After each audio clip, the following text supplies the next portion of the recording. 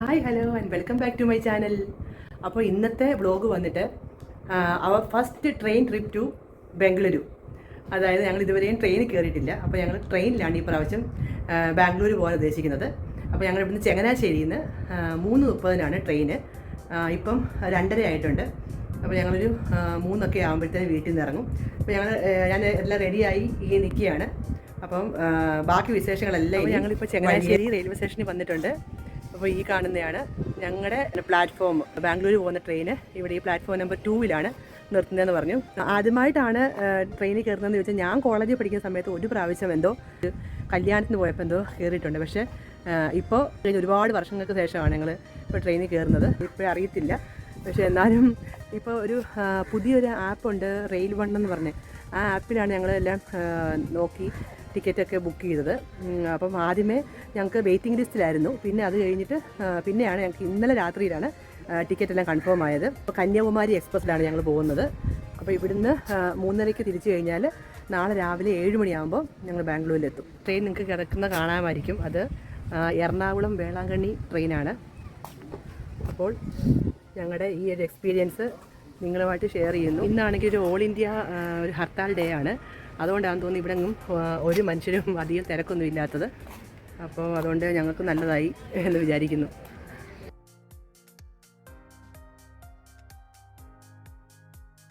രണ്ടാമത്തെ പ്ലാറ്റ്ഫോമിലേക്ക് വന്നുകൊണ്ടിരിക്കുന്നു. യാത്രയും ധ്യാൻ ദീജിയേ.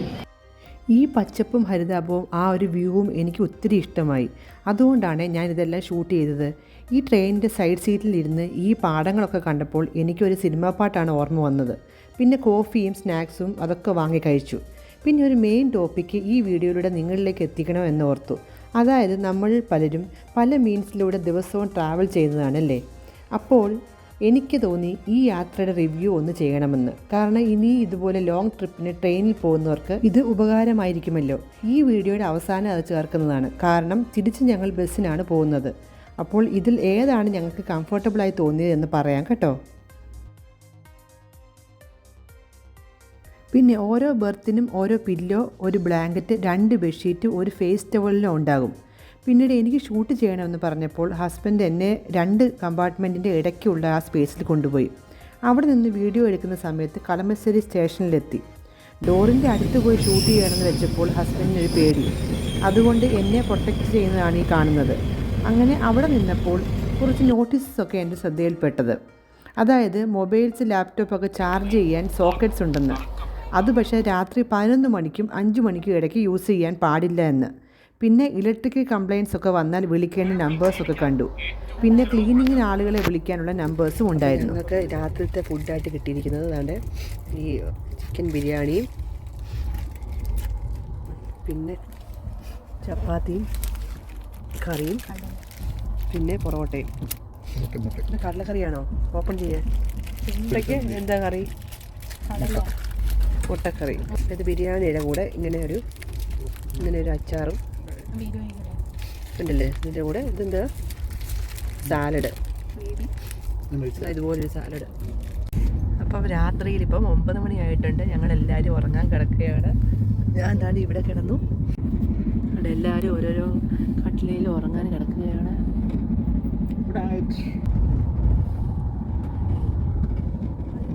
നാളെ രാവിലെ ഇനി കാണാം ബംഗളൂരു ചെന്നിട്ട്. ഞങ്ങൾ ബംഗളൂരു സ്റ്റേഷനിൽ എത്തിയിട്ടുണ്ട് രാവിലെ തന്നെ.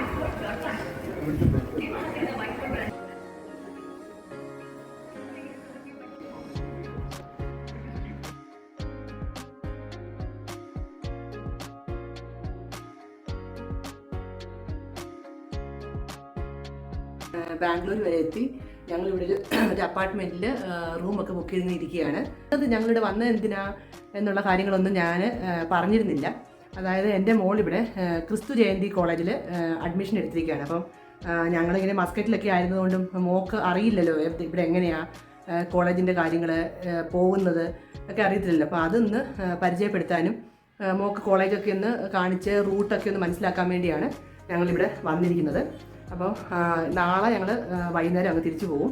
അപ്പോൾ അപ്പാർട്ട്മെൻറ്റ് ഞാനിന്ന് ഫുള്ളായിട്ടൊന്ന് കാണിക്കാം. ഒരു ചെറിയൊരു അപ്പാർട്ട്മെൻറ്റ് ടൂർ. നല്ല ഒരു കുറേ എക്യുപ്ഡാണ്, നല്ല ഫെസിലിറ്റീസൊക്കെ ഉള്ളൊരു അപ്പാർട്ട്മെൻറ്റാണ്. അപ്പം ഇത് ഒരു ബെഡ്റൂമാണ്. ബെഡ്റൂമിൽ നമുക്ക് ആവശ്യത്തിന് വലിയ വലുപ്പമുള്ള ഒരു ബെഡും പിന്നീട് എന്താണ് ഒരു കബോർഡും ഒക്കെ ഉണ്ട് ഇവിടെ.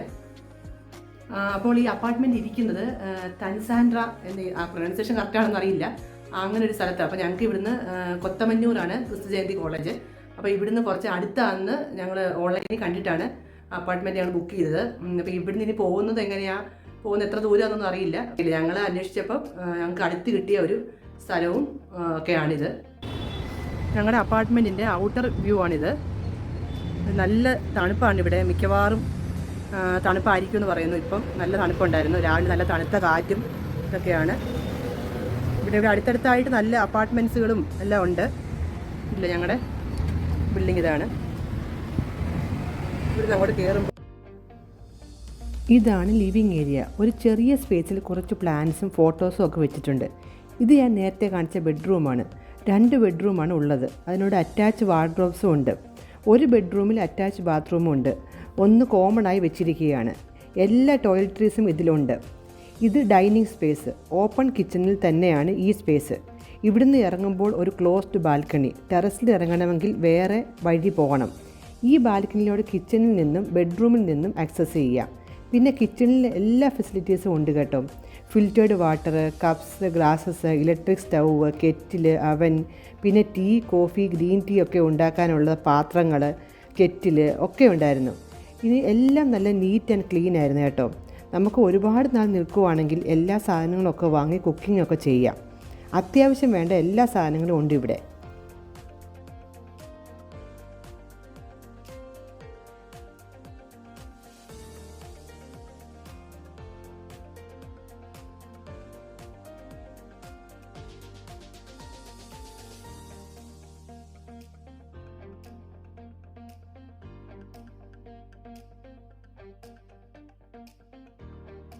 ഫുഡ് ഓർഡർ ചെയ്തിട്ടുണ്ട്. ഫുഡ് കഴിച്ചിട്ട് ഞങ്ങൾ കോളേജിലോട്ട് പോകും. ബാക്കി കോളേജിലൊക്കെ എടുക്കാൻ പറ്റുമെങ്കിൽ അവിടുന്ന് വീഡിയോ ഒക്കെ എടുത്ത് കാണിക്കാം.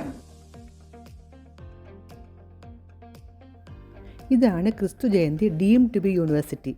1999 ബാംഗ്ലൂർ യൂണിവേഴ്സിറ്റിയുമായി അഫിലിയേറ്റ് ചെയ്തിട്ടുള്ളതാണ് ഈ കോളേജ്.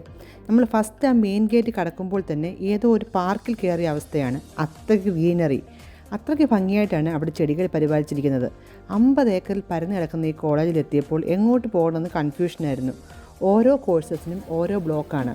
അങ്ങനെ ആദ്യം തന്നെ ഒരു ചാപ്പൽ കണ്ടു. എന്നാൽ അവിടെ ഇരുന്ന് ഒന്ന് പ്രാർത്ഥിച്ചിട്ട് തുടങ്ങാമെന്ന് കരുതി. പിന്നെ അവിടെ എല്ലാം ചുറ്റിക്കറങ്ങി ഹോസ്റ്റലിലും അഡ്മിഷൻ എടുത്തിട്ട് ഞങ്ങൾ കഴിക്കാൻ പോയി.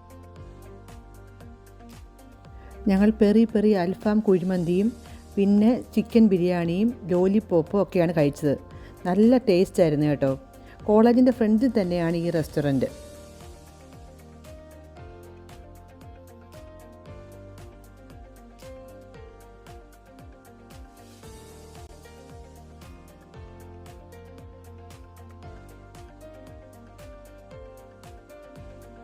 ഞങ്ങളിവിടെ ബംഗളൂരുവിൽ ഒരു ദിവസം ഉള്ളത് കൊണ്ട് ഒന്ന് എക്സ്പ്ലോർ ചെയ്യാമെന്ന് വെച്ച് വന്നതാണ്.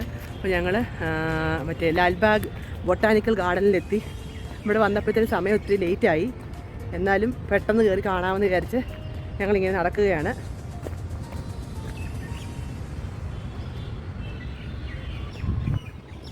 ലാൽബാഗ് ബൊട്ടാനിക്കൽ ഗാർഡൻ അഥവാ ലാൽബാഗ് 240 ഏക്കറിൽ പരന്നു കിടക്കുന്ന ഒരു വലിയ ഗാർഡനാണിത്. ബംഗളൂരുവിൻ്റെ ഒരു മെയിൻ അട്രാക്ഷൻ. നിങ്ങൾ പലരും ഈ ഗാർഡനിൽ പോയിട്ടും ഇതൊക്കെ കണ്ണുകൂടൊക്കെ ആസ്വദിച്ചവരുമായിരിക്കും. പക്ഷേ ഞങ്ങൾക്ക് ഈ 2025 പോകാൻ പറ്റിയത്. അതുകൊണ്ട് തന്നെ എനിക്കറിയാവുന്ന കാര്യങ്ങളൊന്ന് പറയുന്നുവെന്ന് മാത്രം. 1760 അന്നത്തെ മൈസൂർ ഭരണാധികാരിയായിരുന്ന ഹൈദർ അലിയാണ് ഈ ഉദ്യാനത്തെ ഇതുപോലെ വികസിപ്പിച്ചെടുത്തത്. അതുകൊണ്ട് തന്നെ ഒരു മുഗൾ ടച്ചാണ് ഈ ഗാർഡനിന്. ഏകദേശം 1800 പരം ചെടികളും പൂക്കളും ഇവിടെയുണ്ട്. അതിൽ ചിലത് ഗൾഫ്, അഫ്ഗാനിസ്ഥാൻ, ഫ്രാൻസ് എന്നിവിടങ്ങളിൽ നിന്ന് കൊണ്ടുവന്നതാണ്.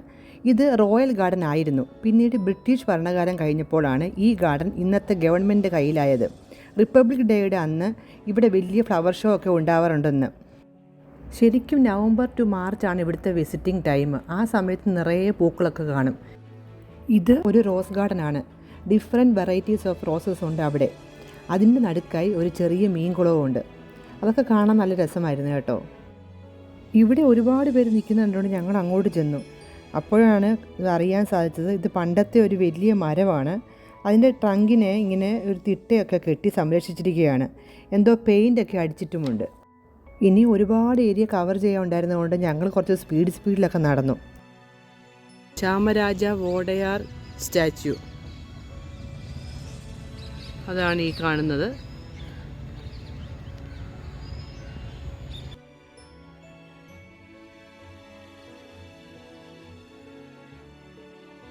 പിന്നെ ഇവിടെ പലതരത്തിലുള്ള ബേഡ്സ് ഉണ്ടെന്ന് തോന്നി, കാരണം അതുപോലെ കിളികളുടെ സൗണ്ടായിരുന്നു.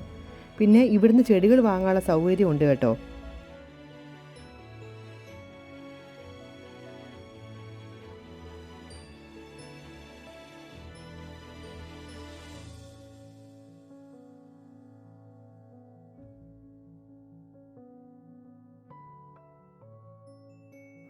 അങ്ങനെ ഞങ്ങൾ നടന്നു പോയിക്കൊണ്ടിരുന്നപ്പോഴാണ് ബാൻഡ് സ്റ്റാൻഡ് ഗ്ലാസ് ഹൗസ് എന്ന് കണ്ടത്. ഇത് ബ്രിട്ടീഷ് ഭരണകാലത്ത് പ്രിൻസിനെയൊക്കെ കൊണ്ടുവരാൻ പണി തീർത്തതാണ്. പിന്നീട് ഇതിൽ ഫ്ലവർ ഷോ ഒക്കെയാണ് നടത്തുന്നത്. ഇതിനെ ജുവൽ ഓഫ് ഗാർഡൻ സിറ്റി എന്നും പറയും.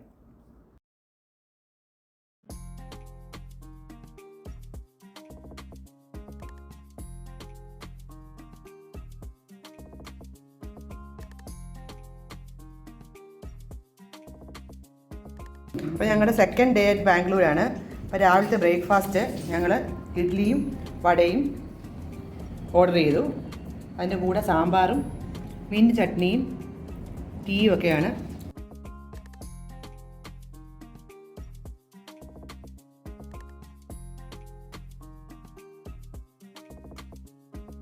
ഞങ്ങൾ ഫുള്ളൊന്ന് ഇവിടെ അടുത്തുള്ള ഏതെങ്കിലുമൊക്കെ സ്ഥലങ്ങൾ കാണാമെന്ന് വിചാരിച്ച് ഇപ്പം ഇറങ്ങാൻ ചെക്കൗട്ട് ചെയ്യാൻ പോവുകയാണ്. അത് കഴിഞ്ഞിട്ട് പിന്നെ ഞങ്ങൾ ഇവിടെയൊക്കെ കറങ്ങിയിട്ട് വൈകുന്നേരത്തോടു കൂടി ഞങ്ങൾ 6:40ക്കാണ് ബസ് പറഞ്ഞിരിക്കുന്നത്. അപ്പം ഞങ്ങൾ അത് കഴിയുമ്പോൾ ഞങ്ങളങ്ങ് ബസ്സിൽ തിരിച്ച് പോകാനാണ് പ്ലാന്. അപ്പോൾ ഇവിടുന്ന് ഞങ്ങൾ അപ്പാർട്ട്മെൻറ്റ് ഇപ്പോൾ വിടുകയാണ്. പിന്നെ നല്ലൊരു സ്റ്റേ ആയിരുന്നു. ദിഷ എൻക്ലേവ് എന്നാണ് ഇതിൻ്റെ പേര്. നല്ല എല്ലാ ഫെസിലിറ്റീസും എല്ലാം ഉള്ള ഒരു അപ്പാർട്ട്മെൻ്റ് ആയിരുന്നു. ഇതാണ് ഫിനിക്സ് മാൾ ഓഫ് ഏഷ്യ. അന്വേഷിച്ചപ്പോൾ പോയി കാണേണ്ട ഒന്നാണെന്ന് കേട്ടു. ഇന്ത്യയുടെ ആദ്യത്തെ ലക്ഷറി റീറ്റെയിൽ മാളാണ് ഇത്. ശരിക്കും ഒരു ദിവസം എടുക്കും കണ്ടു തീർക്കാൻ, കാരണം 13 ഏക്കറിൽ നീണ്ടു നിവർന്ന് കിടക്കുന്ന ഒരു മാളാണ്. പലവിധ ബ്രാൻഡഡ് ഷോപ്സും പിന്നെ വിനോദത്തിന് വേണ്ടതും ഫുഡ് സ്റ്റോൾസ് എല്ലാം ഒത്തുകൂടിയ ഒരു വലിയ മോള്. 2023 ഒക്ടോബർ 27 ഇതിൻ്റെ ഓപ്പണിങ്. ഏകദേശം 1 മില്യൺ സ്ക്വയർ ഫീറ്റ് റീറ്റെയിൽ സ്പേസും 296 റീറ്റെയിലേഴ്സും 9 PVR സിനിമ സ്ക്രീൻസുമുള്ള ഒരു മോള്. 13 ഏക്കറിൽ പരന്നു കിടക്കുന്ന ഈ മോള് ഡിസൈൻ ചെയ്തിരിക്കുന്നത് 5 ഡിഫറെൻറ്റ് ഇൻറ്റീരിയർ തീംസാണ്. ഇതിൽ ആദ്യത്തേത് ലെക്സ് അട്രിയ. ഇതിൽ LED ഡിസ്പ്ലേ ഉള്ള 4 നിലകളുണ്ട്. രണ്ടാമത്തേത് ഏതൻ അർക്കേഡിയ. ഇതിൽ 5 നിലകൾ. ഇത് ഫുള്ള് നേച്ചറും ശാന്തതയൊക്കെ തോന്നിപ്പിക്കുന്നൊരു തീമാണ്. മൂന്നാമത്തേത് ഒയാസിസ്. ഇവിടെ ഫുഡ് ആൻഡ് ബിവറേജ് സെക്ഷൻ, അതായത് ലക്ഷൂറിയസ് കഫേസും റെസ്റ്റോറൻറ്റ്സും ഒക്കെ വരുന്നത്. ഇവിടെ നാച്ചുറൽ പ്ലാന്റ്സും വാട്ടർഫോൾസും കൊണ്ട് മനോഹരമാക്കി വെച്ചിരിക്കുകയാണ്. ആളുകൾ ഇവിടെ വന്നിരുന്ന് ഫോട്ടോസൊക്കെ എടുക്കുന്നത് ഞങ്ങൾ കണ്ടു. ഞങ്ങൾ ഒരുപാട് സ്റ്റോറുകൾ കണ്ടു. എല്ലാം ബ്രാൻഡഡ് ഐറ്റംസാണ്. നമ്മളെ കൊണ്ടൊന്നും താങ്ങത്തില്ല, നമുക്ക് വാങ്ങിക്കാൻ ഒക്കത്തില്ല. ഞങ്ങളെല്ലാ സാധനങ്ങളും ഇങ്ങനെ കണ്ട് എല്ലാ ഷോപ്പിലും കയറി ഇറങ്ങി പോയിക്കൊണ്ടിരിക്കുകയാണ്.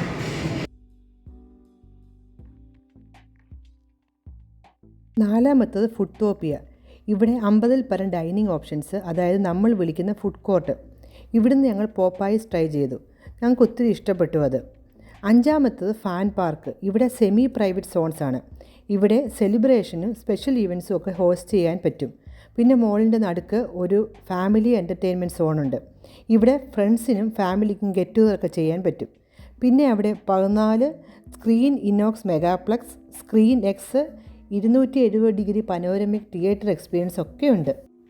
ശരിക്കും പറഞ്ഞാൽ ഈ മോളിൻ്റെ വീഡിയോ ഒരു സെപ്പറേറ്റ് വ്ളോഗായി ഇട്ടാലോ എന്ന് ഞാൻ ചിന്തിച്ചതാണ്. പിന്നെ ഓർത്തു എല്ലാവരും ഇവിടെയൊക്കെ കണ്ടു മടുത്ത് കാണുമെന്ന്.